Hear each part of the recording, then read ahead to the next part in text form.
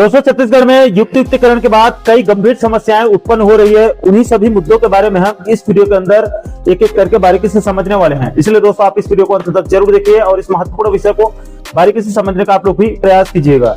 नमस्कार दोस्तों, मैं हूं आपका दोस्त लोकेश साहू और आप देख रहे हैं लोकेश साहू यूट्यूब चैनल। आप सभी दर्शकों का हमारे इस यूट्यूब परिवार में बहुत बहुत स्वागत है। दोस्तों, सबसे पहले आपकी जानकारी के लिए बता दूं कि शायद सरकार सत्ता में आने के बाद कम दर्जे संख्या वाले स्कूलों और अतिशय शिक्षकों का युक्तिकरण करने के मूड में थी। इसको लेकर बकायदा सन 2024 में खाका तैयार हो गया था और प्रक्रिया शुरू भी कर दिया गया था। लेकिन शिक्षक संगठनों के विरोध और सामने में नगरीय निकाय और पंचायत चुनाव को देखते हुए शायद सरकार ने अपने कदम पीछे खींच लिए थे और उस समय युक्तिकरण प्रक्रिया को ठंडे बस्ते में डाल दिया था। लेकिन दोस्तों, नगरीय निकाय और पंचायत चुनाव संपन्न होने के बाद नेक्स्ट ईयर यानी कि बीते साल 2025 में युक्तिकरण प्रक्रिया को अंतिम अंजाम दे दिया गया, जिसमें ई और टी संवर्ग से करीब 10,463 स्कूलों का युक्तिकरण कर दिया गया था। दोस्तों, इसके संबंध में बकायदा स्कूल शिक्षा विभाग ने 27 मई 2025 को एक आधिकारिक आदेश जारी करके सार्वजनिक करते हुए बताया था कि राज्य शासन द्वारा जिलों से प्राप्त प्रस्ताव के आधार पर लोक शिक्षण संचालनालय यानी कि डीपीआई के द्वारा प्रस्तुत प्रस्ताव को मान्य करते हुए ई संवर्ग के 5,849 और टी संवर्ग के 4,614 स्कूल यानी कि कुल मिलाकर 10,463 स्कूलों के युक्तिकरण करने का निर्णय लिया गया था और इस आदेश को तत्काल प्रभाव से लागू कर दिया गया था। दोस्तों, शायद सरकार ने 10,000 से भी अधिक स्कूलों का युक्तिकरण तो कर दिया, लेकिन उसके बाद अब कई बड़ी समस्याएं सामने निकल कर आ रही हैं।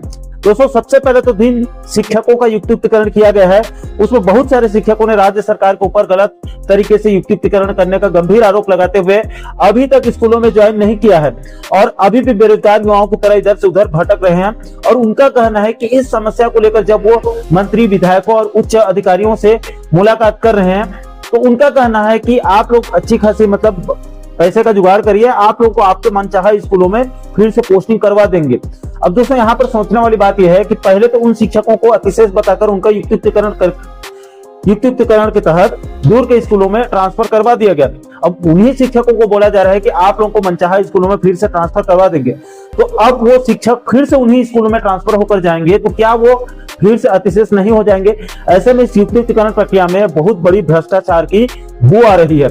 इसके बाद दोस्तों, इस युक्तिकरण प्रक्रिया में बहुत सारे स्कूल सफाई कर्मचारी और रसोईया कर्मचारी भी बड़ी संख्या में प्रभावित हुए हैं। जिन स्कूलों को आपस में मर्ज किया गया है उनमें से एक स्कूल कम दर्जे संख्या वाले को आधार बनाकर कई जिलों और संभागों में स्कूल सफाई कर्मचारियों और रसोईया कर्मियों को काम से निकालने की भी धमकी जो है वो दी जा रही है। इसके बाद दोस्तों, युक्तिकरण प्रक्रिया में शिक्षा विभाग के बड़े बड़े बुद्धिजीवियों ने और शिक्षक नेताओं ने दावा किया था कि इसमें सेटअप 2008 को छेड़छाड़ करके पदों में कटौती किया गया है। हालांकि इसको लेकर सरकार इसको सिरे से जो है वो खारिज करते हुए कह रही है कि युक्तिकरण प्रक्रिया में सेटअप 2008 के साथ कोई छेड़छाड़ नहीं किया गया है। लेकिन दोस्तों, ये सबको पता है कि युक्तिकरण प्रक्रिया में कहीं ना कहीं सेटअप 2008 के साथ कुछ न कुछ छेड़छाड़ किया गया है। इसलिए जो सरकार 57,000 और 35,000 पदों पर शिक्षक भर्ती का दावा कर रही थी, वही सरकार युक्तिकरण के बाद अचानक से पदों को घटाकर सिर्फ 5,000 पदों पर शिक्षक भर्ती में उतर गई। उस 5,000 में से अभी सहायक शिक्षक के मात्र 2,292 पदों पर विज्ञापन जारी करने की बात कही जा रही है। जल्द विज्ञापन जारी करने का दम सरकार भर रही है। इसके बाद शिक्षक और व्याख्याता के लिए अलग से विज्ञापन जारी करने की बात भी कही जा रही है। यानी कि दोस्तों, इस युक्तिकरण प्रक्रिया से डीएड बीएड बेरोजगार युवाओं को भी भारी बेरोजगारी का सामना करना पड़ रहा है। इसके अलावा दोस्तों, इस युक्तिकरण प्रक्रिया की वजह से यूडीआई नंबर की भी बड़ी समस्या देखने को मिल रही है। दोस्तों, प्रदेश के कई शिक्षकों ने बताया कि चूंकि एक परिसर में चलने वाले स्कूलों को युक्तिकरण के तहत कम दर्जे संख्या वाले स्कूलों को आपस में जो है दो स्कूलों को मर्ज कर दिया गया है एक ही कैंपस के अंदर में। अब चूंकि पहले दो अलग अलग स्कूल होती थी तो दो अलग अलग यूडीआई नंबर भी होती थी, जिसमें बच्चों की दर्ज संख्या के आधार पर स्कूलों की साफ सफाई, बच्चों की देखभाल के लिए दो अलग अलग अनुदान राशि प्राप्त होती थी, जिससे स्कूलों की साफ सफाई और जरूरतों को पूरा किया जाता था। लेकिन दोस्तों, अब जानकारी मिल रही कि स्कूलों को आपस में मर्ज कर दिया गया है, लेकिन कई जिलों में यूडीआई नंबर को अभी भी अलग अलग रखा गया है, इसको मर्ज नहीं किया गया है, जिसकी वजह से सिर्फ एक यूडीआई शो कर रहा है और पुराने वाले सिर्फ एक ही स्कूल का अनुदान राशि मिल रहा है।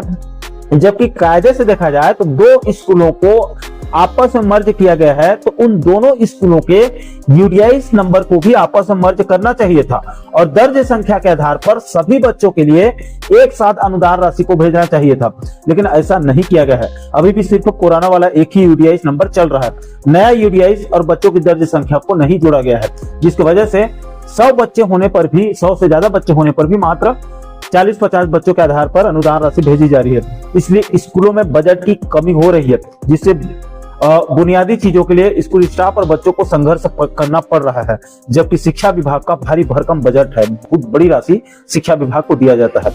दोस्तों, आपकी जानकारी के लिए यह भी बता दूं कि इसी मुद्दे को लेकर सारंगगढ़ विधानसभा क्षेत्र के विधायक उत्तरी गणपत जांगड़े जी ने बीते महीने 11 मार्च 2026 को मुख्यमंत्री विष्णुदेव साय और शिक्षा मंत्री गजेंद्र यादव जी को पत्र लिखकर युक्तिकरण प्रक्रिया के तहत मर्ज किए गए स्कूलों के अनुदान राशि को जारी करने की मांग रखी थी, ताकि स्कूलों में अनावश्यक शैक्षणिक सामग्री, मरम्मत, साफ सफाई, पेयजल और खेलकूद की जरूरी सुविधाओं से बच्चों को मदद मिल सके। इसलिए इस वीडियो के माध्यम से सीएम साहब और शिक्षा मंत्री गजेंद्र यादव जी से विनम्र अपील है कि अनुदान राशि को जारी किया जाए और साथ ही साथ शिक्षक नेताओं से भी अपील है, कृपया करके इस गंभीर मुद्दे को संज्ञान में लेकर सभी शिक्षक संगठन आपस में एकता का परिचय देते हुए युक्तिकरण प्रक्रिया के तहत मर्ज किए गए स्कूलों के लिए यूडीआईस नंबर को आपस में मर्ज करके अनुदान राशि को जारी करने के लिए जो है वो संघर्ष किया जाए, ताकि स्कूलों में बुनियादी चीजों का अभाव न हो और शिक्षा व्यवस्था के साथ साथ बच्चों का सर्वांगीण विकास भी अच्छे से हो सके। दोस्तों, आप लोगों से भी अपील है, कृपया करके इस वीडियो संदेश को शिक्षकों और अन्य स्कूल स्टाफ तक, उनके ग्रुप तक ज्यादा से ज्यादा इसको शेयर कीजिए, ताकि इस गंभीर मुद्दे के बारे में सभी को जानकारी प्राप्त हो सके। और दोस्तों, इस महत्वपूर्ण मुद्दे के बारे में आप लोगों की क्या राय है? क्या मर्ज किए गए स्कूलों का यूडीआईस नंबर को मर्ज करके दर्ज संख्या के आधार पर सभी के लिए एक साथ अनुदान राशि जारी होना चाहिए अथवा नहीं? इस जरूरी मामले को लेकर, जरूरी मैटर को लेकर आप लोगों की क्या राय है? नीचे आप कमेंट बॉक्स में अपनी प्रतिक्रिया आप लोग जरूर शेयर कीजिएगा।